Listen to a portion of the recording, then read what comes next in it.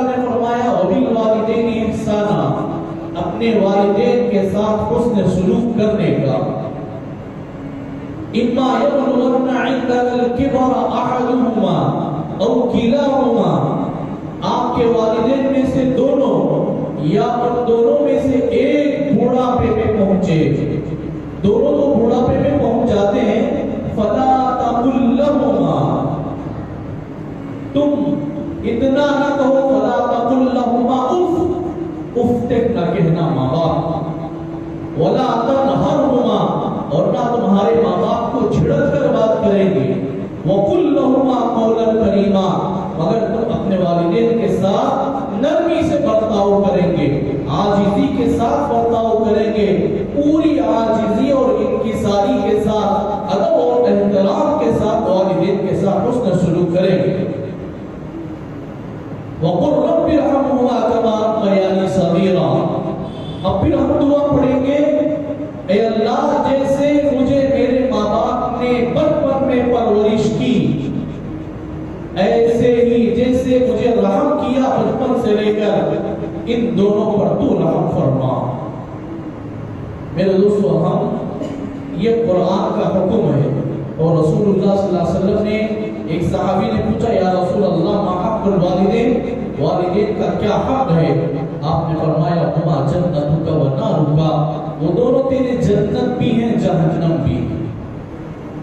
وہ دونوں کیا ہیں بھائی؟ ماں باپ کیا ہیں؟ دونوں جنت بھی ہے جہنم بھی ہے.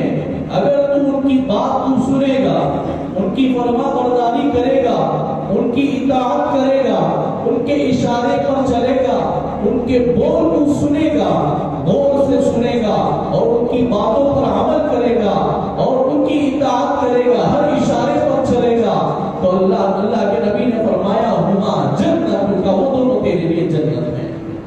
ونارکا، اس کے لیے جہنم ہے جس نے ماں باپ کی اطاعت نہ کی، جس نے ماں باپ کی نافرمانی کی.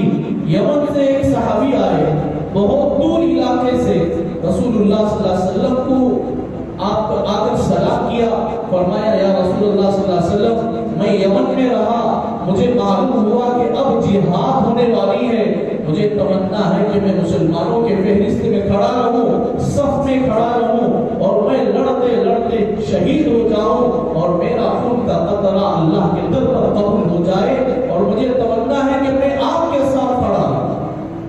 حضور صلی اللہ علیہ وسلم نے فرمایا یمن میں تمہارے والدین ہیں؟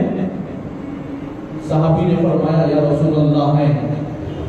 اللہ کے نبی نے فرمایا کیا تم نے ماں باپ سے اجازت لی؟ وہ صحابی نے فرمایا یا رسول اللہ ہم نے اجازت نہیں لی. حضور نے فرمایا واپس چلے جاؤ. حالانکہ مسلمانوں کو جہاد کے لیے ضرورت تھی، پھر بھی رسول اللہ صلی اللہ علیہ وسلم نے واپس لوٹا دیا. جاؤ ماں باپ سے اجازت لے کر آؤ، اگر اجازت دے تو آنا، اگر اجازت نہ دے تو وہ تمہارے ماں باپ ہی تیرے لیے جہاد سے افضل ہیں، تو ان کی خدمت کر لے. ایک اور صحابی آئے، فرمایا یا رسول اللہ صلی اللہ علیہ وسلم میں جہاد میں شرکت کرنا چاہتا ہوں.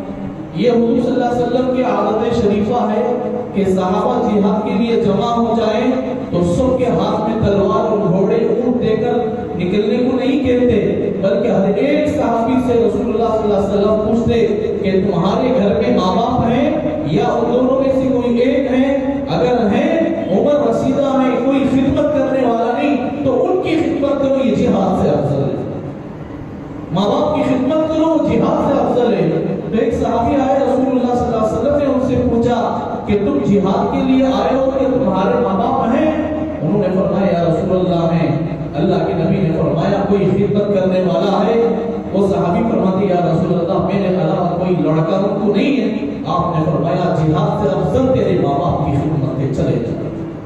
ایک اور صحابی آئے، فرمایا یا رسول اللہ صلی اللہ علیہ وسلم میں جہاد میں شرکت کرنا چاہتا ہوں. حضور نے فرمایا ماں باپ ہیں؟ فرمایا باپ کا انتقال ہو گیا، ماں ہے. اللہ کے نبی صلی اللہ علیہ وسلم نے فرمایا کوئی خدمت کرنے والا ہے؟ حضور صلی اللہ علیہ وسلم سے پوچھا، فرمایا یا رسول اللہ کوئی خدمت کرنے والا نہیں ہے، مگر میری ماں تمنا کرتی ہے کہ جہاد میں شرکت کروں. حضور نے فرمایا جاؤ ماں کی خدمت کرو، اللہ جہاد کے برابر تمہیں جہاد کے برابر تمہیں اجر عطا کریں گے۔ میرے دوستوں، ماں باپ کی خدمت جہاد سے افضل